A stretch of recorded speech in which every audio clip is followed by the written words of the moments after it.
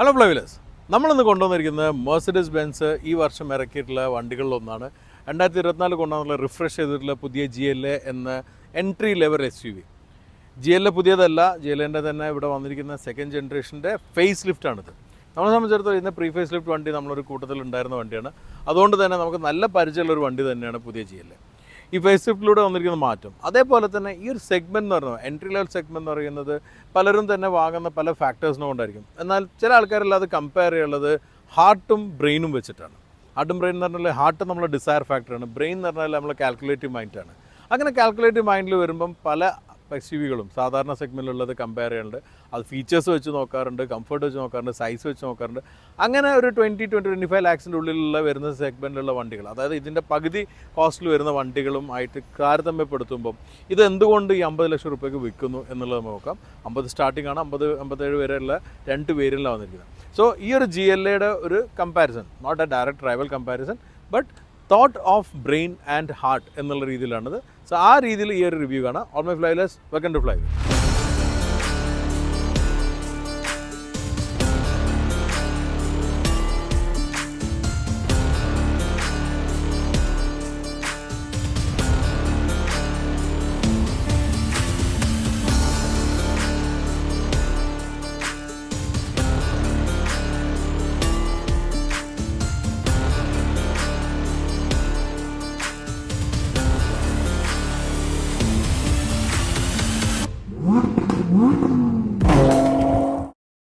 നിങ്ങളെല്ലാവരും ഇപ്പോൾ ഒരു സംശയത്തിലായിരിക്കും, നന്ദുവിനെ തമിഴ്നാട്ടിൽ കണ്ടിരുന്നു എന്ന്. ഇപ്പോൾ നന്ദു ഇല്ലയെന്ന് അല്ലേ? നന്ദു ഉണ്ട് ഇവിടെ തന്നെ. ആൾ നമ്മളിവിടെ ഡ്രൈവിൽ ജോയിൻ ചെയ്യും. ഏതായാലും പുറത്തുള്ള ചേഞ്ചസ് ഒരുപാടൊന്നും ഇല്ലാത്തതുകൊണ്ട് ഞാൻ മാത്രം എക്സ്പ്ലെയിൻ ചെയ്യാമെന്ന് കരുതി. ബേസിക്കലി ഇതൊരു ക്രോസ് ഓവർ കൈൻഡ് ഓഫ് ഡിസൈനാണ്, ഒരു പ്രോപ്പർ SUV എന്നുള്ള രീതിയിലല്ല ഡിസൈനുള്ള. ഈ ഒരു സെഗ്മെൻറ്റിൽ മിക്കവാറും എല്ലാ വണ്ടികളും തന്നെ ഒരു ബുച്ചി SUV കൈൻഡ് ഓഫ് ലുക്കിലല്ല വന്നിരിക്കുന്നത്. ഒരു ബിഗർ ഹാച്ച് ക്രോസ് ഓവർ എന്ന രീതിയിലാണ്. എന്തായാലും മെർസിഡീസിനെ സംബന്ധിച്ചിടത്തോളം GLB കൂടെ വന്നതുകൊണ്ട് ഇത് ശരിക്കും ഒരു cross over kind of look തന്നെ ആയിട്ടുണ്ട്. പക്ഷേ ഇത് കോമ്പീറ്റ് ചെയ്യുന്നത് BMW X1, Audi Q3, അതുപോലെ തന്നെ XC40 എന്നീ വണ്ടികളെല്ലായിട്ടാണ്. എന്തായാലും ഇതിൽ ഫേസിലൊന്നും വലിയ മാറ്റമില്ല. ഇതിൽ വന്നിരിക്കുന്ന 2 ട്രിമ്മാണ്, പ്രോഗ്രസീവും AMG ലൈനാണ്. AMG ലൈനാണ് ഇപ്പോൾ നമ്മുടെ അടുത്തുള്ളത്. അതിൽ തന്നെ വന്നിരിക്കുന്ന 220D ആണ്. ഇത് വന്നിരിക്കുന്ന ഒരു പിൻ ഡോട്ടഡ്, അത് സ്റ്റാർ ഡോട്ട് ആയിട്ടുള്ളൊരു ഗ്രില്ലാണ്. അതുപോലെ തന്നെ ഒറ്റൊരു സ്ലാക്കിൽ വന്നിരിക്കുന്ന ഒരു ക്രോം സ്ട്രൈപ്പും വന്നിട്ടുണ്ട്. താഴെ ബമ്പറിലാണ് മേജർ ഡിഫറൻസ് ഉള്ളത്. ഈ ഒരു lip, actually body colour lip വന്നാണ് ഇതിൻ്റെ ഒരു അട്രാക്ഷൻ. ഇവിടെ ക്രോമെല്ലാം വരുന്നുണ്ട്. പ്രോഗ്രസീവിൽ കുറച്ചുകൂടി മാറ്റമുണ്ട്, മുമ്പത്തേക്കാളും മാറ്റമുണ്ട്. ഏതായാലും AMG ലൈനിൽ വലിയ മാറ്റമില്ല, പക്ഷേ ഈ ഒരു ബോഡി കളർ വന്ന മാറ്റമുള്ള. ഹെഡ്ലൈറ്റിൽ ചെറിയ മാറ്റമുണ്ട്. ഈ ഒരു ഐബ്രോ മാതിരി ആയിട്ടുണ്ട് ഡേ ടൈം റണ്ണിംഗ് ലൈറ്റ്. അതുപോലെ തന്നെ LED ലൈറ്റിൻ്റെ ക്ലസ്റ്ററിലൊരു മാറ്റം വന്നിട്ടുണ്ട്. സൈഡിൽ ഒരു മാറ്റമേ ഉള്ളൂ, അത് വീലാണ്. 19 ഇഞ്ചിൻ്റെ 5 ട്വിൻ സ്പോക്ക് വീലാണ്. പ്രോഗ്രസീവ് എന്ന് പറഞ്ഞാൽ ഇതിൻ്റെ തുറന്ന വേരിയൻ്റ് ആണ്. 18 ഇഞ്ചിൻ്റെ വീലാണ് വന്നിരിക്കുന്നത്. ബാക്കിയെല്ലാം പഴയ പോലെ തന്നെയാണ്. ക്രോം ഉണ്ട്, ക്രോം റൂഫ് റെയിലുണ്ട്, ക്രോം എലമെൻറ്റ്സ് അവിടെ എല്ലാം കാണാം. ഹാൻഡിൽ ക്രോം കാണാം നമുക്ക്. അതുപോലെ തന്നെ ബോഡി കളറായിട്ടുള്ള ഒരു സ്കേർട്ട് വന്നിട്ടുണ്ട്. ഇതും പ്രോഗ്രസീവിൽ ബ്ലാക്ക് ആണ് ചെയ്തിട്ടുള്ളത്. റിയറിൽ വരുമ്പോഴും മേജറായിട്ടുള്ളൊരു മാറ്റം എന്ന് പറയാനുള്ളത് ആക്ച്വലി ടെയിൽ ലൈറ്റിൽ വന്നിരിക്കുന്ന മാറ്റമാണ്. ടെയിൽ ലൈറ്റിൽ വന്നിരിക്കുന്ന ഉള്ളിലെ ക്ലസ്റ്ററിൽ 2 ഒരു ഡോട്ട് അല്ലെങ്കിൽ 2 ബാറാണ് വന്നിരിക്കുന്നത്. അത് നമ്മളിപ്പം റീസെൻ്റ്ലി GLയിലും GLSലും കണ്ട അതേ ഡിസൈൻ ഫോമുല തന്നെയാണ് വന്നിരിക്കുന്നത്. അതിവിടെ ബാറായിട്ടാണ് ബ്രേക്ക് ലൈറ്റ് വരുന്നത്. താഴെ വരുമ്പം ഒരു ടെയിൽ പൈപ്പ് ഉണ്ട്, വിച്ച് ഈസ് ലൈക്ക് ഡമ്മിയാണ്. ഇതിൻ്റെ ഉള്ളിലേക്ക് ഒന്നുമില്ല. ആക്ച്വലി ഇതൊരു ഡിസൈൻ എലമെൻ്റ് ആയിട്ടാണ് നിൽക്കുന്നത്. ഒരു ഫേക്ക് ടെയിൽ ലൈറ്റ് പൈപ്പ് എന്നെല്ലാം ചിലർ പറയുന്നുണ്ട്, പക്ഷേ ഡിസൈൻ എലമെൻ്റ് എന്ന രീതിയിൽ കാണാം. ബൂട്ട് സ്പേസിലൊന്നും മാറ്റം വന്നിട്ടില്ല. ബൂട്ട് സ്പേസിൽ പഴയപോലുള്ള ഒരു റിയർ സ്പോയിലർ വന്നിട്ടുണ്ട്. അതിൽ തന്നെ ടെയിൽ ലൈറ്റിൽ ഇൻ്റഗ്രേറ്റ് ചെയ്യുന്നുണ്ട്. സോ ബേസിക്കലി ഞാൻ നേരത്തെ പറഞ്ഞ പോലെ ഒരു A ക്ലാസിൻ്റെ ഒരു ക്രോസ് ഓവർ എന്ന രീതിയിലാണ് അതിൻ്റെ ഒരു ഡിസൈൻ എലമെൻ്റ് ഉള്ളത്, അല്ലാതെ ഒരു പ്രോപ്പർ ബുച്ചി SUV അല്ല. അങ്ങനത്തെ ഒരു ലുക്ക് ആണ് പൊതുവേ ഇന്നിപ്പോൾ ഇന്ത്യയിലുള്ള കൂടുതലും SUVകൾക്കുള്ളത്. അതിപ്പോൾ നമ്മൾ നേരത്തെ പറഞ്ഞ 25 ലാക്ക് സെഗ്മെൻറ്റിൽ എല്ലാ വണ്ടികളും അങ്ങനെ തന്നെ വന്നിരിക്കും. ഒരു ബുച്ചി SUV കൈൻഡ് ഓഫ് ലുക്കെല്ലാം വരുന്നത് നമുക്ക് 50 ലാക്ക് കാറ്റഗറിയിൽ നോക്കുകയാണെങ്കിൽ ഫോർച്യൂണർ പോലുള്ള വണ്ടികളാണുള്ളത്. അല്ലെങ്കിൽ നമ്മൾ പറഞ്ഞ പോലെ ബാക്കിയുള്ള സ്കോർപിയോ അങ്ങനത്തെ വണ്ടികളാണുള്ളത്. എന്തായാലും നമ്മളിപ്പോൾ ഡയറക്റ്റ്ലി ഒന്ന് കമ്പയർ ചെയ്യുന്നില്ലെങ്കിലും നമ്മളിപ്പം ബെഞ്ച് മാർക്ക് ചെയ്യാൻ ഉദ്ദേശിക്കുന്ന ക്രെറ്റ, സെൽത്തോസ് പോലെ വണ്ടികളാണ്. അതെല്ലാം തന്നെ ഈ ഒരു ലുക്കിലാണ് വന്നിരിക്കുന്നത്. അതുകൊണ്ട് വലിയ പ്രശ്നം ഉണ്ടാവില്ല. പക്ഷേ ഈ ഒരു ലുക്കിനേക്കാളേറെ ഈ ഒരു പ്രൈസിൽ വണ്ടി വാങ്ങുന്നവർ ഉദ്ദേശിക്കുന്ന ഒരു കാര്യമുണ്ട്, പ്രസൻസ്. ആ പ്രസൻസ് എൻ്റെ അഭിപ്രായത്തിൽ ആ സ്റ്റാർ വന്നോട് തോന്നിയിരുന്ന സോർട്ടഡ് ആണ്. ആ സ്റ്റാർ ഉണ്ടെങ്കിൽ എല്ലായിടത്തും ആ വെൽക്കം കിട്ടും. മെർസിഡീസിൻ്റെ സ്റ്റാർ അത്രയും റെക്കഗ്നൈസ്, വേൾഡിൽ തന്നെ ഏറ്റവും റെക്കഗ്നൈസ് ചെയ്യുന്ന ലോഗോയിൽ ടോപ്പ് 5 നിൽക്കുന്നത്. അത് ചിലപ്പോൾ അങ്ങോട്ടോട് മാറാറുണ്ട്. ടോപ്പ് 3 കുറേ വർഷം ഞാൻ പഠിക്കുന്ന കാലത്ത് ടോപ്പ് 3 കൊക്കോകോല, അങ്ങനെ 1-2 ബ്രാൻഡായിരുന്നു അതിൻ്റെ തൊട്ടടുത്തുണ്ടായിരുന്നു. ഇപ്പോൾ ടോപ്പ് 5 ഉള്ളിൽ എപ്പോഴും നിൽക്കുന്ന ഒരു ബ്രാൻഡാണ്. എന്തായാലും കാറിലെ ബ്രാൻഡിൽ ഏറ്റവും നോൺ ആയിട്ടുള്ള ലോഗോ ആണ്. അതുകൊണ്ട് തന്നെ അത് മതി ഇതിൻ്റെ പ്രസൻസ്.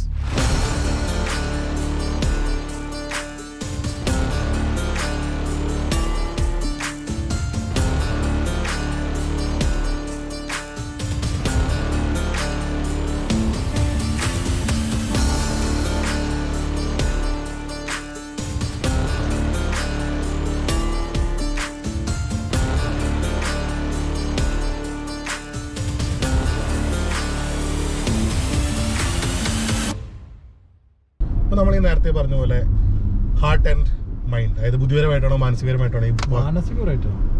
മാനസികപരമായിട്ടല്ല, ബുദ്ധിപരമായിട്ടാണോ? പിന്നെന്താ പറയാ, ഓക്കെ, ബുദ്ധിയിൽ നിന്നാണോ അതോ ഹൃദയത്തിൽ നിന്നാണോ തീരുമാനം എടുക്കുന്നത്?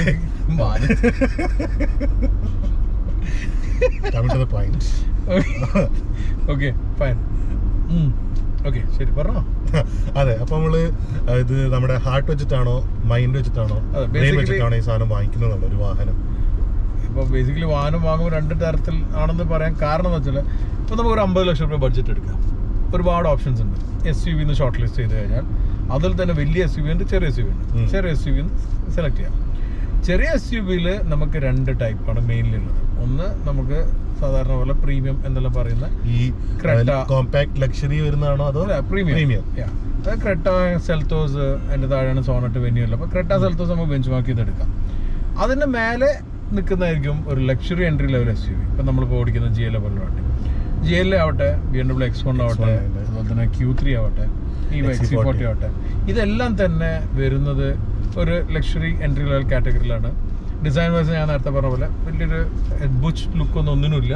എല്ലാം തന്നെ ഒരു സ്റ്റാൻഡ് ഔട്ട് ലുക്സും അല്ല. ഡെഫിനറ്റ്ലി പ്രസൻസ് ഉണ്ടാവും, പക്ഷേ സ്റ്റാൻഡ് ഔട്ട് ലുക്സ് അല്ല. അതേപോലെ തന്നെയാണ് ഈ ക്രെറ്റ അല്ലെങ്കിൽ സെൽത്തോസ് പോലുള്ള വണ്ടികളും. അതും സ്റ്റാൻഡ് ഔട്ട് ലുക്സ് അല്ല. ബേസിക്കലി അവർ രണ്ടുപേരും കിയ ഗ്രൂപ്പ് ഡിസൈനിൽ നല്ലോണം കളിക്കുന്നതുകൊണ്ട് തന്നെ നല്ല അട്രാക്റ്റീവ് വണ്ടികൾ ഇറക്കുന്നുണ്ട്, അത്രേ ഉള്ളൂ. പക്ഷെ നമുക്ക് കമ്പയർ ചെയ്യുന്ന ചില കാര്യങ്ങൾ ആളുകൾ പൊതുവെ ബുദ്ധിപരമായിട്ട് നോക്കുമ്പോൾ പൈസ ഇൻവെസ്റ്റ് ചെയ്യുന്നതിൽ എത്രത്തോളം റിട്ടേൺ കിട്ടുന്നുണ്ട്. മെയിനായിട്ട് നമ്മുടെ ഇന്ത്യൻസ് എനിക്ക് ഫീൽ ചെയ്തിട്ടുള്ള ഫീച്ചേഴ്സും ടെക്നോളജിയും. എക്സാക്ട്ലി. അപ്പോൾ നമ്മൾ നോക്കും പുറത്തുനിന്ന് തന്നെ LED ലൈറ്റ് അതിലുണ്ട്, ഇതിലുണ്ട്. അതുപോലെ തന്നെ അലോയ് വീൽസ് 18 ഇഞ്ച് ആവാം, ചിലപ്പം കുറച്ച് കുറഞ്ഞ സൈസ് ആവാം, ബട്ട് ആ ഡിസൈനിന് മാച്ചിങ് ആയിരിക്കും. അതേപോലെ തന്നെ കളർ, 12 ടോൺ ഓപ്ഷന്, പാനോറമിക്കോ അല്ലെങ്കിൽ സൺറൂഫോ, ഫ്രണ്ടിലും ബാക്കിലും ഡിസ്ക് ബ്രേക്ക്, ഇങ്ങനത്തെ എലമെന്റ്സ് എല്ലാം ഉണ്ട്. അതേപോലെ ഉള്ളിൽ വരുമ്പോഴും നമുക്ക് ഒരുപാട് ഫീച്ചേഴ്സ്, ഇപ്പം ഇൻഫർടൈൻമെന്റ് സിസ്റ്റം, അതുപോലെ തന്നെ കണക്ടിവിറ്റി, ഇങ്ങനത്തെ എല്ലാ ഫീച്ചേഴ്സും ആ വണ്ടികളും വരുന്നുണ്ട്. ചിലത് ഇതിനേക്കാളും കൂടുതൽ. ഇപ്പോൾ ഇതിൽ സീറ്റ് കൂളിംഗ് ഇല്ല, സെൽത്തോസിൽ ക്രെറ്റയിൽ അത് അവൈലബിൾ ആണ്. ഇത്തരത്തിലുള്ള ചില ഫീച്ചേഴ്സും കൂടുന്നുണ്ട്. അതേപോലെ തന്നെയാണ് ആളുകൾ പ്രീമിയം എന്ന് പറയുമ്പോൾ ഹാർട്ട് നിന്ന് ഡിസയർ എടുത്തിട്ടാണ് നോക്കുന്നത്. അവിടെ പൈസന്റെ ഒരു മൂല്യത്തെക്കാളേറെ ഒരു അച്ചീവ്മെന്റ് പോലെയാണ്. ഒരു ബെൻസ് മേടിക്കുക അല്ലെങ്കിൽ ഒരു പ്രീമിയം കാർ വാങ്ങിക്കുക പറഞ്ഞാൽ അത് കുറെ കാലത്തെ ലക്ഷറി കാർ വാങ്ങിക്കുക പറഞ്ഞാൽ കുറെ കാലത്തെ ആഗ്രഹമാണ്. അത് പലതുമാണ്. അതെന്ന് വെച്ചാൽ ഇപ്പോൾ ഒരു പ്രൊഫഷണൽ ആണെങ്കിൽ അയാളുടെ സക്സസ് കാണിക്കുന്നു. അതേപോലെ തന്നെ ഒരു ബിസിനസ്മാൻ ആണെങ്കിൽ ബിസിനസിന്റെ സക്സസിൽ ഞാൻ ബിസിനസ് വളർത്താൻ വേണ്ടിയിട്ട് ഒരു വണ്ടി വേണ്ടി വരും. ഇങ്ങനെ അല്ലെങ്കിൽ സെലിബ്രിറ്റീസ് ആണെങ്കിൽ അവരെ അപ്രോച്ച് ചെയ്യുമ്പോൾ അവരെ റെസ്പെക്ട് ചെയ്യും. അപ്പം അത് കുറെ ഡിസയർ ഫാക്ടറിൽ വാങ്ങുന്നു. ശരിക്കും പറഞ്ഞാൽ കുറെ പേര് ചോദിച്ചത് എന്തുകൊണ്ട് നമ്മൾ ഈ ബിസിനസ്സിൽ പറയുമ്പോൾ ഇതൊരു ടൂളാന്ന് പറയാൻ കാരണം ഡെഫിനറ്റ്ലി ഇതൊരു ടൂളാണ്. അത് ഷോ ഓഫ് എന്നുള്ള അർത്ഥത്തിലല്ല. അതിന്റെ മുമ്പ് ഞാൻ എന്തോ പറഞ്ഞപ്പോൾ ആരോ തെറ്റിദ്ധരിച്ചിട്ട് അങ്ങനെ ഷോ അല്ല. ബിസിനസ്സിൽ ഒരു ടൂൾ എന്ന് പറയുമ്പോൾ ഒരു ബിസിനസ് മീറ്റിങ്ങിന് പോകുമ്പോൾ ഒരാള് ഒരു ടാക്സിയിൽ വരുന്നതും സ്വന്തമായിട്ട് കാറിൽ വരുന്നതും സ്വന്തമായിട്ട് ലക്ഷറി കാറിൽ വരുന്നതും 3 രീതിയിലാണ് മറ്റുള്ള ബിസിനസ്സുകാർ അത് എടുക്കും. Perception very important. ഔട്ട്ലുക്ക് ആണ് മെയിൻലി. ഇപ്പോൾ അയാള് പൈസ ഉണ്ടാവാൻ ബാലൻസ് ഷീറ്റ് നോക്കിയാൽ ചിലപ്പം ഒരുപാടുള്ള ആളുകളെങ്കിലും അവരുടെ പെർസ്പെക്റ്റീവ് ഔട്ട്ലുക്ക് എല്ലാം എങ്ങനെ ഉണ്ടെന്നുള്ള അവർ ഉപയോഗിക്കുന്ന വണ്ടികൾ, അവർ ഡ്രസ്സിങ്ങിൽ, ദേ ക്യാരി ദംസെൽഫ്.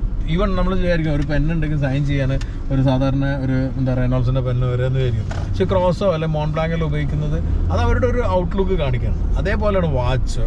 ഇതെല്ലാം തന്നെ ഒരു ബിസിനസ്സുകാർക്കോ അല്ലെങ്കിൽ അങ്ങനത്തെ ആളുകൾക്ക് അതൊരു അവരുടെ ഒരു ബിസിനസ് വളർത്താൻ നല്ല കാര്യങ്ങളാണ്. ചില ആളുകൾക്ക് അത് മനസ്സിലാവില്ല. അത് സമയം നോക്കാൻ നമുക്ക് ശരിക്കും പറഞ്ഞാൽ വാച്ച് പോലും വേണമെന്നില്ല. ശരിക്കും പറഞ്ഞാൽ ഇന്നിപ്പോൾ ഫോണുണ്ടെങ്കിൽ സമയം അറിയാം, കാറിലുണ്ട്. പക്ഷെ ഇതൊരു മെൻ ഓർണമെന്റ് ആണ്. അതിലൂടെ നമ്മൾ എങ്ങനെയാണോ നമ്മളെ ക്യാരി ചെയ്യുന്നത് കാണിക്കുന്ന കാര്യമാണ്. ഞാൻ യൂട്ടിലിറ്റേറിയനും അതൊരു ഓർണമെന്റ് ആവാറുണ്ട്. അതെ. അപ്പോൾ ഇങ്ങനത്തെ രീതിയിലാണ് ആളുകൾ വണ്ടി സെലക്ട് ചെയ്യുന്നത്. ഇത് ഞാൻ പറയാൻ കാരണം ഇത് ഓരോ 1 by 1 കമ്പാരിസന് വേണ്ടിയിട്ടില്ല. പൊതുവേ ഉള്ള ഒരു ധാരണ ഒന്ന് ക്ലിയർ ചെയ്യാന്നുള്ളത്. എല്ലാവരും പറയാൻ കാരണം വെച്ചാൽ എന്തിനീ ലക്ഷറി വണ്ടി വാങ്ങിക്കണം. അതെ. പക്ഷെ ചില എലമെന്റ്സിൽ നമ്മളിപ്പം ബുദ്ധിപരമായിട്ട് നോക്കിയാൽ പോലും ചില എലമെന്റ്സിൽ ഈ വണ്ടികൾ വാങ്ങുന്നതിൽ പോയിന്റ് ഉണ്ട്. First of all drivability.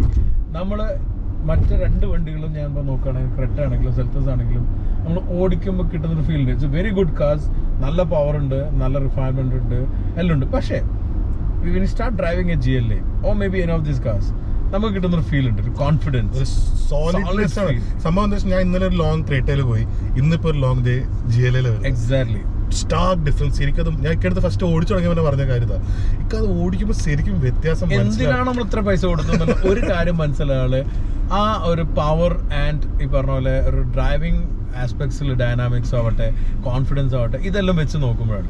അപ്പോൾ ഇതിൻ്റെ ഒരു പവറാണ് ഇപ്പോൾ നമ്മൾ ഓടിക്കുന്ന GLA 220D എന്ന് പറയുന്ന ഡീസൽ വേരിയൻ്റ് ആണ്. 220D AMG ലൈനിലും അതുപോലെ തന്നെ പ്രോഗ്രസീവ് ലൈനിലും വരുന്നുണ്ട്. പിന്നെ 200 എന്ന് പറഞ്ഞാൽ പെട്രോൾ അല്ല.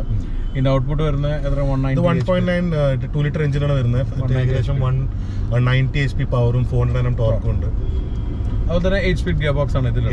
1.4 ലിറ്റർ പെട്രോൾ ആണ് മറ്റേ 200ൽ. അതിന് 160 HP പവറും 270 ഓഡ് ന്യൂട്ടൺ മീറ്റർ ടോർക്കും വരുന്നുണ്ട്. അതിൽ 7 സ്പീഡ് ഗിയർ ബോക്സ് ആണ്. അപ്പൊ ഇങ്ങനെ 2 ഗിയർ ബോക്സ് ഓപ്ഷൻസ് ഉള്ള നമ്മൾ ഇപ്പത്തെ പുതിയതിൽ 2 പിന്നെ DCT ആട്ടോ. അത് നമ്മുടെ ഈ ചെറിയ വണ്ടികൾ പറയുമ്പോൾ DCT CVT നോക്കുന്നത്, പ്രീമിയം ആകുമ്പോൾ DCT ആണ്. DCT ടോക്ക് കൺവേർട്ടേഴ്സ് വരും, പക്ഷേ ഇതിൽ DCT ഉള്ളത്, which means like it's A quick shift. പക്ഷെ ആ ക്വിക്ക് ഷിഫ്റ്റ്നെസ് അറിയണമെങ്കിൽ നമ്മൾ ഡൈനാമിക്കിൽ പോകുമ്പോൾ സ്പോർട്ട് സെലക്ട് ചെയ്യണം. അത് സെലക്ട് ചെയ്യുമ്പോൾ ശരിക്കും അറിയാം, അത് നമുക്ക് കാണിക്കാം. അതിന് മുന്നേ ഈ ഒരു ആസ്പെക്ട് നമുക്ക് എന്തായാലും ഓടിക്കുമ്പോൾ കിട്ടുന്നത് ആ എഞ്ചിനീയറിംഗ് എല്ലാം തന്നെ വളരെ ഡിഫറെൻ്റ് ആണ്. രണ്ടാമത്തെ എലമെന്റ് സേഫ്റ്റി അറ്റ് പ്രൈം ആണ് ഇതിലുള്ളത്. നമുക്ക് പറയുന്ന പെഡാസ് ഫീച്ചേഴ്സ് എല്ലാം തന്നെ മറ്റുള്ള വണ്ടികളും കിട്ടുന്നുണ്ട്, ഇതിലും കിട്ടുന്നുണ്ട്. ഇതിലെല്ലാം പക്ഷേ കുറച്ചുകൂടി എഡാസിൽ സീരിയസ് പോലെ തോന്നുന്നു എനിക്ക്. കാരണം എത്ര ഡിഫോൾട്ട് ആയിട്ട് കഴിഞ്ഞാലും ആ ഒരു ഡാസ് ഫീച്ചർ ഓൺ ആവുന്നുണ്ട്, കംപ്ലീറ്റ്ലി കട്ട് ഓഫ് ആവുന്നില്ല. അത് കുറച്ച് ഡിസ്റ്റർബൻസ് ആണ് ചില ഘട്ടത്തിൽ, പക്ഷെ ആ സേഫ്റ്റി ഈസ് ഇൻ പാരമൗണ്ട് എന്നുള്ളതാണ് ഇതിൽ മനസ്സിലാകുന്നത്. ഓടിക്കുമ്പോഴും പറഞ്ഞു വരുമ്പോൾ മറ്റേ വണ്ടിക്കകത്ത് ആ ഒരു എഡാസ് ഫീച്ചറിൽ വരുന്ന അനൗൺസ്മെന്റ് ഇല്ലേ, അത് ശരിക്കും ഇറ്റ്സ് നോട്ട് റൈറ്റ്. അത് എന്തുകൊണ്ടാന്നുള്ളത് ഓഫ് ചെയ്ത് വെക്കാനും പറ്റുന്നില്ല. അതിപ്പോ നമ്മുടെ ലോങ് ടേം ക്രെറ്റയിലുണ്ട്. എന്റെ സോണറ്റിൽ അത് വന്നിട്ടില്ലായിരുന്നു. പുതിയ വന്നിരിക്കുന്ന നമ്മുടെ ഫ്രണ്ടിന്റെ സോണറ്റിലെല്ലാം വണ്ടി കയറി ചിൽഡ്രൻസ് ക്രോസിംഗ് ഹെഡ് കേട്ടം പറ്റിയിട്ടുണ്ട്. അതിപ്പോ പാർക്കിംഗ് സൈൻ കണ്ടാൽ എല്ലാം പറയുന്നുണ്ട് നോ പാർക്കിങ്ങിന് അവിടെ. ഞാൻ കുറെ തപ്പി, എവിടെ ഓഫ് ചെയ്യാൻ പറ്റുന്നില്ല. അപ്പൊ അത്തരത്തിലുള്ള കുറച്ചുകൂടി ഇന്റലിജന്റ് ആണ് ഈ വണ്ടി എന്ന് എനിക്ക് തോന്നുന്നുണ്ട്. അതുപോലെ തന്നെയാണ് ഇൻഫോർടൈൻമെന്റിന്റെ എല്ലാം ക്വാളിറ്റി, അതും നല്ല ക്വാളിറ്റി ഉണ്ട്. ഇപ്പോൾ എനിക്കൊന്ന് വോയിസ് കമാൻഡിലെല്ലാം വളരെ അടിപൊളിയാണ് ഇതിൻ്റെ സിസ്റ്റംസ് എല്ലാം. ബട്ട് നമ്മൾ ഇതിൽ കാണുമ്പം ഇതിൻ്റെ ഒരു ഫീൽ ഗുഡ് ഫാക്ടർ. അതുപോലെ തന്നെ എനിക്ക് തോന്നുന്നു കളർ, ഇതിൻ്റെ ലേ ഔട്ട് എല്ലാം തന്നെ Merc is far eye pleasing than what we see in other cars. അത് വലിയൊരു ഫാക്ടർ തന്നെയാണ്. പിന്നെ സ്റ്റിയറിംഗിലാണ് എനിക്കൊരു ചെറിയൊരു കോൺട്രവേഴ്സ്യൽ ആയിട്ടുള്ള കാര്യം. പലർക്കും steering look good, holds good, perform ചെയ്യാനുള്ള അടിപൊളി. ഇതിൻ്റെ മേലെ ടച്ച് സെൻസിറ്റീവ് കൺട്രോൾ ആണ് പ്രശ്നം. ഇത് കൈ തട്ടുമ്പോൾ വർക്കാവും. അത് എനിക്ക് തോന്നുന്നത് എന്താ പറയുക, ചില ആളുകളുടെ ഒരു ഡ്രൈവിംഗ് നേച്ചർ വെച്ചപ്പോൾ എനിക്കെല്ലാം കറക്റ്റ് ഹോൾഡ് ചെയ്യുന്ന രീതി ഇങ്ങനെ പിടിക്കുന്നതുകൊണ്ട് ഇവന് അപ്പം തന്നെ ചിലപ്പോൾ ഓഡിയോ വർക്കാവും, ചിലപ്പോൾ സൗണ്ട് പോവും. വെരി ഇതാണ് വോളിയത്തിന്റെ കൺട്രോൾ.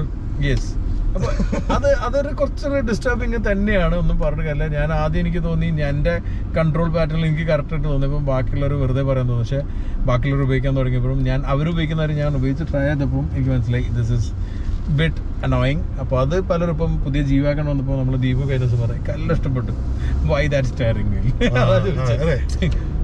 അപ്പൊ അങ്ങനെ കുറെ നല്ല ഭംഗിയുണ്ടല്ല, പെർഫോമൻസും എനിക്ക് അടിപൊളിയായിട്ട് തോന്നുന്നു. നല്ല സോഫ്റ്റ് ആണ്. പിന്നെ AMG ലോക്കിംഗ് കറക്റ്റ് ആണ്, പാഡൽ ഷിഫ്റ്റേഴ്സ് ഉണ്ട്, അതെല്ലാം തന്നെ അടിപൊളിയായിട്ട് വർക്ക് ചെയ്യുന്നുണ്ട്. പിന്നെ ചെറിയ അറ്റൻഷൻ ഡീറ്റെയിൽ ആണ് ഈ AMG ലോക്ക് എന്ന് പറഞ്ഞില്ലേ. എല്ലാവർക്കും മറ്റേ കറക്റ്റ് ആ തുന്നല് ആ തമ്പുള്ളടത്ത് ഉണ്ടാവുക, അതിങ്ങനെ കയ്യിൽ വരുന്നിട്ട് വേദനയാവും, അത് പൊട്ടും ചെയ്യും. ഇത് കറക്റ്റ് ആ തുന്നല് കൈയിന്റെ ഉള്ളിലേക്ക് കേറി പോയിട്ടുണ്ട്. That is perfection, attention to detail. പിന്നെ ഒരു കാര്യം ഞാൻ വേറൊന്നും പറയാനുള്ളത്, എനിക്ക് ഭയങ്കര ഇൻട്രസ്റ്റിംഗ് തോന്നി. ഇപ്പൊ നമ്മൾ സാധാരണ ഇപ്പൊ ബ്ലോവർ കുറച്ച് വെച്ചാണ് ഈ ഒരു ചൂട്ടിലെല്ലാം ബ്ലോവർ ഹൈ ആയിട്ട് വെക്കുന്നത്. അങ്ങനെ വെക്കുന്ന സമയത്ത് ഇപ്പൊ ബ്ലോവർ കൂട്ടി വെക്കണം. അപ്പൊ നമ്മൾ സംസാരിക്കുമ്പോൾ മാക്സിൽ വെച്ച് കഴിഞ്ഞാൽ ഇത് കുറച്ചുകൂടി ബെറ്റർ ആണ്, കുറച്ച് കുറവുണ്ട് സൗണ്ട്. ഇങ്ങനെ വെക്കുമ്പോൾ നമുക്ക് സൗണ്ട് ഡിസ്റ്റർബൻസ് ഉണ്ട്. അപ്പം നമുക്കൊരു കോളെല്ലാം ചെയ്യുമ്പോൾ നമുക്ക് ആക്ച്വലി ആ ഒരു സൗണ്ട് പലപ്പോഴും നമുക്കറിയാം പിന്നെ ബ്ലൂടൂത്തിൽ വിളിക്കുള്ളൂ. അപ്പോൾ എപ്പോൾ ഉള്ള പ്രശ്നമാണ് സൗണ്ടിൽ വർത്തമാനം ക്ലിയർ. നിങ്ങൾക്ക് ആ ബ്ലോവർ സ്പീഡ് കിട്ടുമെന്ന് അറിയില്ല, പക്ഷേ നമ്മളൊരു കോൾ ചെയ്ത് കഴിഞ്ഞാൽ ഓട്ടോമാറ്റിക്കായിട്ട് ബ്ലോവർ സ്പീഡ് പറയില്ല. നമുക്കൊന്ന് അജാസ്റ്റ് വിളിക്കാം. ഓക്കെ, അവിടെ ഭയം കുറഞ്ഞ് ഫീൽ ചെയ്യുന്നുണ്ടെന്ന് തോന്നുന്നു. ശരിക്കും കുറഞ്ഞിട്ടുണ്ട്. ഹലോ അജാസേ, ഇവിടെ പറഞ്ഞ അവിടെ കേൾക്കോ? പിന്നെ അല്ലാണ്ട് വർത്താനം കഴിഞ്ഞാ? ഇല്ല, നീ വെച്ചേക്ക്. കൂടുതൽ പറയണ്ട. അതാ അത് കൂടി വന്നു ഉണ്ടോ, ബ്ലോവർ കൂടി. ഇത് വളരെ ഇന്റലിജന്റ് ആയിട്ട് എനിക്ക് തോന്നി. നല്ലൊരു അട്രാക്റ്റീവ് ഫീച്ചർ തന്നെയാണ്, എനിക്ക് ഭയങ്കര ഇഷ്ടപ്പെട്ടു. വലിയൊരു ഫീച്ചർ അല്ല, ചെറിയൊരു തോട്ടാണ്. പക്ഷെ ഇങ്ങനത്തെ തോട്ട്നെസ് അതാണ് ഇങ്ങനത്തെ attention to details, minor details ആണ്. ഇത് all we are paying for actually. അപ്പോൾ അതാണ് എനിക്ക് തോന്നിയിട്ടുള്ള ഒരു ഡിഫറൻസിൽ. നമ്മൾ ഹാർട്ടിലേക്ക് പോകുമ്പോഴുള്ള കാര്യങ്ങളാണ്. ഹാർട്ടിലാണെങ്കിലും ഒരു എന്താ പറയുക, ഇല്ലോജിക്കലി എല്ലാം നമ്മൾ ചിന്തിക്കുന്നത് ലോജിക്കലി ഹാർട്ടായിട്ട് നോക്കുമ്പോഴുള്ള കാര്യങ്ങളാണ്. പിന്നെ ഇപ്പൊ ഈ ഫേസ് ലിഫ്റ്റില് ഇതിന്റെ ലേഔട്ട് മാറിയിട്ടുണ്ട്. MBUX 7 ആണ് വന്നിരിക്കുന്നത്. 7 ആണ് ഏറ്റവും അപ്ഡേറ്റഡ് ആയിട്ട് വന്നിരിക്കുന്നത്. അപ്പോൾ വയർലെസ് കണക്ടിവിറ്റി കാർപ്ലേയിലും ആൻഡ്രോയിഡ് ഓട്ടോയിലും വരുന്നുണ്ട്. S23 Ultra എന്നിട്ടും ഐഫോൺ വേണ്ടി വരുന്നില്ലേ പല സ്ഥലത്തും? വേണ്ടി വരും. എനിവേ, ഇത്രയാണ് ചേഞ്ചസ് ഉള്ളത്. പിന്നെ ട്രിമ്മിൽ ഇവിടെ നല്ലൊരു അട്രാക്റ്റീവ് കാർബൺ ഒരു ട്രിം ഉണ്ട്, അത് ഇവിടെയുണ്ട്. പിന്നെ പക്ഷേ ഈ എന്താ പറയാ, ഹാൻഡിലില്ലേ, ഹാൻഡില് ഉള്ള ഈ പൊസിഷൻ കറക്റ്റ് ഒരു കാല് തട്ടുന്നുണ്ട്. എനിക്ക് കറക്റ്റ് കാലിങ്ങനെ വൈഡായിട്ടിരിക്കുന്നതുകൊണ്ട് ഡ്രൈവ് ചെയ്യുമ്പോൾ ഫീൽ ചെയ്യുന്നില്ല. പക്ഷെ പാസഞ്ചർ സീറ്റിൽ ഇരിക്കുമ്പോൾ തട്ടിയിട്ട് കുറച്ചേരം കഴിയുമ്പോൾ ഒരു ഇറിറ്റേഷൻ. കൈ തട്ടുന്നിടത്തല്ല ആൽക്കണ്ടറില്ല. അതുകൊണ്ട് നമുക്ക് ഈ കൈ വെക്കാനും സുഖമുണ്ട്, വേർക്കുന്നില്ല. അതുപോലെ തന്നെയാണ് അത് വേറെ ടയറും കുറയും. പിന്നെ എനിക്ക് സത്യം പറഞ്ഞാൽ AC അല്ല, സ്ട്രീറ്റ് കൂളിംഗ് ഇല്ലാത്തത് നല്ലൊരു മിസ്സിംഗ് ആയി തോന്നുന്നുണ്ടെങ്കിലും AC ഈസ് റിയലി ഗുഡ്. നല്ല പവർഫുൾ ആയിട്ടുള്ള AC ആണ്. ഈ ഇടയ്ക്ക് മെർസിഡീസിന്റെ ഒരു AC-ക്ക് കുറച്ച് ഇഷ്യൂസ് ഞാൻ കണ്ടിട്ടുണ്ടായിരുന്നു. അത് നമ്മൾ ഫീൽ ചെയ്യുന്നുണ്ടാവും. EQS, S ക്ലാസ്, GLC ഇതിലെല്ലാം തന്നെ, ഈവൻ ഈ ക്ലാസ്സിലെല്ലാം ബ്ലോവർ സ്പീഡ് ഒന്നെങ്കിൽ വളരെ കുറവും, അല്ലെങ്കിൽ സെക്കൻഡ് മുതൽ തന്നെ ഭയങ്കര ഓവർ ലൗഡാ. അപ്പൊ പ്രത്യേകിച്ച് EQS വണ്ടി കോയറ്റും കൂടെ ആകുമ്പോൾ ശരിക്കും അറിയും. അത് ഭയങ്കര അനോയിങ് ആയി തോന്നി. ഞാൻ സത്യം പറഞ്ഞാൽ എൻ്റെ ഒരു ഫീഡ്ബാക്ക് ഒരു ഇതുണ്ടായിരുന്നു, ഒരു മെയിലായി അയച്ചിട്ടുണ്ടായിരുന്നു, കുറേ പോയിന്റ്സ് വെച്ചിട്ട്. അപ്പോൾ അതിലൊന്നും ഇത് ഞാൻ സ്പെസിഫിക്കലി മെൻഷൻ ചെയ്തു. ഒരു ശരിക്കും പറഞ്ഞ ഒരു അൺഈവൻ വേ ഓഫ് വർക്കിംഗ് പോലെ തോന്നും.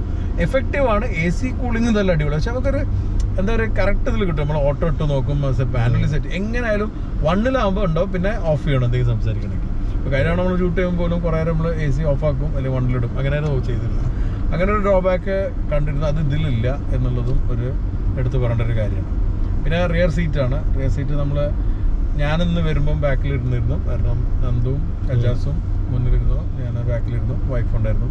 ആ സമയത്ത് എനിക്ക് തോന്നിയത് നമ്മൾ കോഴിക്കോട് നിന്ന് ഇവിടെ വരെ, അല്ലെങ്കിൽ ഒരു 3/4 ഭാഗം ഞാൻ ബാക്കിലിരുന്നിട്ടുണ്ടോ, ഇവിടെ വരെ എത്തിയില്ലെങ്കിലും. ഞാൻ തുടക്കത്തിൽ മുമ്പില്ലേ, കംഫർട്ടൊന്നും കുറവില്ല. ഒരു കാര്യം മിസ്സിംഗ് ഉണ്ട്, hand rest, central hand rest ഇല്ല. സെൻട്രൽ ആം റെസ്റ്റ് ഇല്ലാത്തതുകൊണ്ട് ഇല്ല. അതിൻ്റെ ഒരു മിസ്സിംഗ് ഉണ്ട്. കാരണം ഞാൻ കുറച്ചു നേരം ഒന്ന് മയങ്ങി, നമ്മുടെ നെക്ക് വീലെല്ലാം വെച്ച് കിടക്കുമ്പോൾ കൈ നമ്മൾ തൂക്കിയിടുന്ന ഒരു അവസ്ഥയിലുള്ളൂ. അതില്ലാത്തൊരു മിസ്സിംഗ് ശരിക്കും അറിഞ്ഞു. വേറെ എനിക്കൊരു കുഴപ്പമൊന്നും തോന്നില്ല. അത്യാവശ്യം ബാക്കിൽ കംഫർട്ടബിൾ തന്നെയാണ്, സ്പേഷ്യസ് ആണ്. ഈ ഒരു സൈസിനുള്ള വണ്ടി പുറത്തുനിന്ന് കാണുമ്പോൾ പോലെയല്ല, ഉള്ളിൽ സ്പേഷ്യസ് ആണ്. നമ്മൾ രണ്ടും തടിയുള്ള ആൾക്കാരെ നമുക്ക് കംഫർട്ടബിൾ ഇരിക്കാൻ പറ്റും. കൈ പോലും തട്ടുന്നില്ല ശരിക്കും പറയാച്ചാൽ. രണ്ടുപേരും കൈ സാധനമുണ്ട്. കുറച്ചേരം ഞാൻ ഓടിക്കട്ടെ, ഇത്ര ഓടിച്ചു വന്നാലും ഞാൻ വീഡിയോക്ക് എത്തിയാൻ കാണണ്ടേ. അതെ ഞാൻ പറയാൻ പോകുന്നത്, അവിടുന്ന് ഇവിടെ ഓടിച്ചൊന്നും പോരേന്ന് വയ്ക്കാൻ പോയിരുന്നു. ശരിയാ, വീഡിയോയിൽ നീ ഇല്ലല്ലോ ഓടിക്കുന്നത്. ഞാൻ U-ടേൺ എടുത്തിട്ട് നിർത്തി തരാം. ഡോർ അടിഞ്ഞാൽ ക്ലിയർ ഓക്കെ, അതൊരു ഫീച്ചറാണ്. ഡോർ അത് നല്ലൊരു ഫീച്ചർ ആയിരിക്കും. ഡോർ അടഞ്ഞില്ലെങ്കിൽ വണ്ടി നീങ്ങൂല. അതായത് ഗിയറിൽ പിന്നെ എൻഗേജ് ചെയ്തു, പക്ഷെ ഡോർ അടഞ്ഞിട്ടുണ്ടായിരുന്നില്ല, ഗിയറിൽ എൻഗേജ്ഡ് ആയില്ല. ഡോർ അടിച്ചുകൊണ്ട് വണ്ടി പോകാത്തപ്പോഴാണ് ഗിയറിലിട്ടില്ല എന്നുള്ള മനസ്സിലായത്. ഓക്കെ, സോ ഇതിനപ്പോൾ ശരിക്കും നല്ല ഡ്രൈവ് ചെയ്യുന്നത് ഞാനുണ്ട്. വണ്ടിയുടെ ഡ്രൈവറെ കുറിച്ച് ഞാൻ സംസാരിക്കാം. ഞാൻ ഓടിച്ചാലും എന്തെങ്കിലും കാറ്റ് പോയി. ഇതിൻ്റെ പല പല മോഡ്സ് ഉണ്ട് കേട്ടോ. മെയിനായിട്ട് comfort, Eeco, sport, individual, off road എന്ന് പറഞ്ഞൊരു മോഡുണ്ട്. പക്ഷെ ആ മോഡ് മാറ്റിക്കഴിഞ്ഞാൽ നമുക്ക് ഫീച്ചേഴ്സ് ഇല്ലെങ്കിലും, പക്ഷേ ഓഫ് റോഡ് മോഡ് നമുക്ക് ഇതിൻ്റെ മെനുക്കകത്ത് കയറാം. അതിനകത്ത് കയറുമ്പോൾ കുറേ ഫീച്ചേഴ്സ് നമുക്ക് കാണാനുണ്ട്. അതായത് എൻജിൻ ഡേറ്റ കിട്ടും, നമുക്ക് എത്ര പവറാണ് ഇപ്പോൾ കിട്ടിക്കൊണ്ടിരിക്കുന്നത്, എത്ര പവർ നമ്മൾ ഉപയോഗിക്കുന്നുണ്ടെന്ന്, പിന്നെ വണ്ടിയുടെ ടെമ്പറേച്ചർ കാര്യങ്ങൾ, അതുകൂടാണ്ട് നമ്മുടെ ഡ്രൈവ്, അതായത് ഓരോ വീലിലേക്ക് എത്ര പവർ പോകുന്നുണ്ടെന്നുള്ളത്, പിന്നെ പക്ഷേ ബേസിക്കലി ഇതിപ്പം ഫ്രണ്ട് വീൽ ഡ്രൈവ് വണ്ടിയാണ്. ഇതിൽ ഡാറ്റയിൽ ആ ഒരു ഗ്രാഫ് കാണിക്കുമ്പോൾ റിയർ വീൽ ഡ്രൈവ് കൂടെ അല്ല, ഫോർ വീൽ ഡ്രൈവ് ഉള്ള വണ്ടിയുടെ ഫോമാറ്റിക് ഉള്ള വണ്ടിയിലാണ് കാണിക്കുന്നത്. ഇപ്പൊ ഇതിൽ ഫ്രണ്ടിൽ മാത്രം പവർ പോകണം കാണിക്കുള്ളൂ, എത്ര പവർ പോകുന്നുണ്ട്, ബാക്ക് ഒരു വേക്കൻ ആയിട്ട് കിടക്കുകയാണ്. എനിവേ അത് പക്ഷെ നല്ല ഫീച്ചറാണ്. എനിക്ക് തോന്നുന്നു ഈ പറഞ്ഞ പോലെ എന്തെങ്കിലും ഗാഡ്ജറ്റ് ഫ്രീക്ക് ആയിട്ടുള്ള ഓഫ് റോഡ് ആയിട്ടുള്ള ആളുകൾക്ക് എന്തെങ്കിലും കളിക്കാനെല്ലാം ഉണ്ട്. രസകരമായ സംഭവം ഇത് കാണിക്കുന്നത്. പിന്നെ നമ്മുടെ പൊസിഷൻ സാറ്റലൈറ്റ് വെച്ചിട്ട് നമ്മുടെ ജിയോ ടാഗ് കിട്ടുന്നുണ്ട്, അത് ഏത് റോഡിലാണ് പൊസിഷൻ ലൊക്കേഷൻ കിട്ടും. പിന്നെ പക്ഷേ GLC-ക്കകത്ത് ഇപ്പൊ പുതിയ GLC-ക്കകത്ത് വന്ന ബോണറ്റ് വ്യൂ ഉണ്ടല്ലോ, മറ്റേ മിറർ ബോണറ്റ്, ആ ഫീച്ചർ ഇതിൽ വന്നിട്ടില്ല. പക്ഷെ ബാക്കി എല്ലാം ഫീച്ചേഴ്സ് ആണ്. ക്യാമറയുടെ ക്വാളിറ്റി കൂടിയിട്ടുണ്ട്, കുറച്ചും കൂടെ ഒക്കെ നല്ല റെസൊല്യൂഷൻ ഉണ്ട്, അതൊക്കെ വൃത്തിയായിട്ടുണ്ട്. ആൻഡ് സ്റ്റിയറിംഗ് നേരത്തെ പറഞ്ഞ പോലെ ഇറ്റ്സ് വെരി നൈസ്. മോഡ്സ് മാറ്റുമ്പോൾ ഉള്ള ഫീച്ചർ ഇത് ഈക്വൽ ഇങ്ങനെ പോകുന്നു. നമ്മൾ സെയിം കാലാണ് സ്പോർട്ടിലിട്ടപ്പോ ഓട്ടോമാറ്റിക് ആയിട്ട് ചെറിയൊരു ടോൺ ഡിഫറൻസ് വന്നു. ഡിഫറൻസ് കാണിക്കണം. അതെ, ഇത് ശരിക്കും ഗിയർ ചേഞ്ചിന് ഇത് മാറുന്നത് വെരി നൈസ്. അത് കിട്ടുന്നത് ശരിക്കും സ്പോർട്ടിലാണ്. കംഫർട്ടിലും മിക്കോലൊന്നും വലിയ ഡിഫറൻസ് ഇല്ല. ഗിയർ ഡൗൺ ആകുമ്പോൾ റെവ് ആവുന്നത് മാത്രമല്ല പിടുത്തം നമുക്ക് ശരിക്കും നല്ല കോൺഫിഡൻസ് ലഭിക്കുന്നുണ്ട്. ബ്രേക്കിംഗിൽ ശരിക്കും റെവ് കൂട്ടി പിടിക്കണം, അത് പിടിക്കുന്നുണ്ട്. കാരണം ഞാൻ ഹാർഡ് ബ്രേക്കിംഗ് ആയിരുന്നു, ഹാർഡ് ബ്രേക്കിംഗ് ആയതുകൊണ്ട് ജമ്പ് ചെയ്ത് ഇപ്പൊ ഓട്ടോമാറ്റിക് ആയിട്ട് കുറയുന്നുണ്ട്.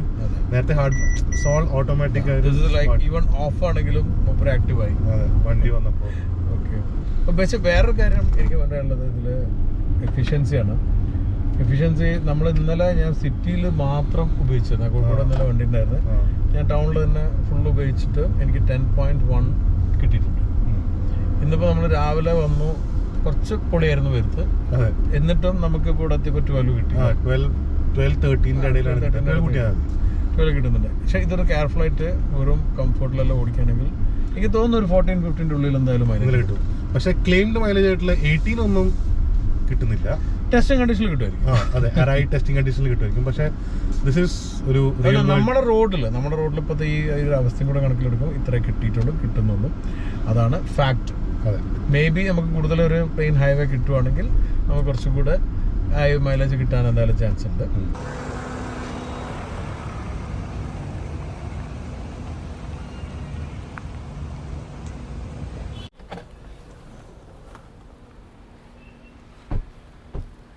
അപ്പോൾ നിങ്ങൾക്ക് എല്ലാവർക്കും മനസ്സിലാവല്ലോ എങ്ങനെ ബുദ്ധിപരമായിട്ടും മാനസികപരമായിട്ടും വണ്ടി സെലക്ട് ചെയ്യാന്നുള്ളത്. എനിവേ, ഇത്തരത്തിൽ ഉള്ള ഡിഫറെൻ്റ് ആയിട്ടുള്ളൊരു കമ്പാരിസൺ നമ്മൾ കൊണ്ടുവന്ന് നിങ്ങൾക്ക് ഇഷ്ടപ്പെട്ടോ എന്നുള്ളത് നിങ്ങൾ കമൻറ്റിൽ പറയണം. നിങ്ങൾ മാനസികപരമായിട്ടാണോ ബുദ്ധിപരമായിട്ടാണോ വണ്ടി like and share this video. നിങ്ങൾക്ക് ഈ വീഡിയോ ഇഷ്ടപ്പെട്ടില്ലെങ്കിൽ നമ്മുടെ ചാനൽ ഇഷ്ടപ്പെട്ട് എന്തെങ്കിലും ഫോളോ ചെയ്യുക. നിങ്ങൾ സബ്സ്ക്രൈബ് ചെയ്യാത്തവർ സബ്സ്ക്രൈബ് ചെയ്യുക. ഇക്കടെ വർത്താനം കൂടുതലൊക്കെ ആയിട്ട് ഞാൻ പറഞ്ഞത് കേൾക്കുക. So enjoy your feeling.